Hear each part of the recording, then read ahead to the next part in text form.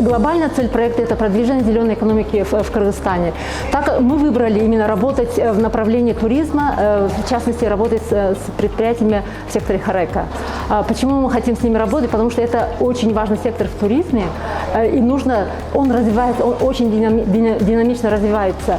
И вместе с тем мы хотим, чтобы они развивались именно в зеленом направлении, чтобы они могли стать устойчивыми и экологичными предприятиями. Мы уже обучили более 300 малых предприятий на данный момент именно зеленым технологиям, зеленым мерам внедрения, те меры, которые помогут им не только, например, достичь каких-то результатов в области зеленой технологии и так далее, но также сберечь свои средства, получить какую-то эффективность.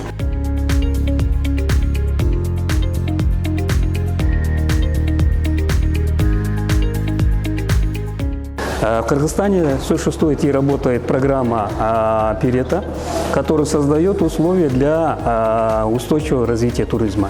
Мы помогаем туризму развиваться и стать устойчивым во всех регионах через наши 10 консультантов и через наши офисы, которые здесь находятся.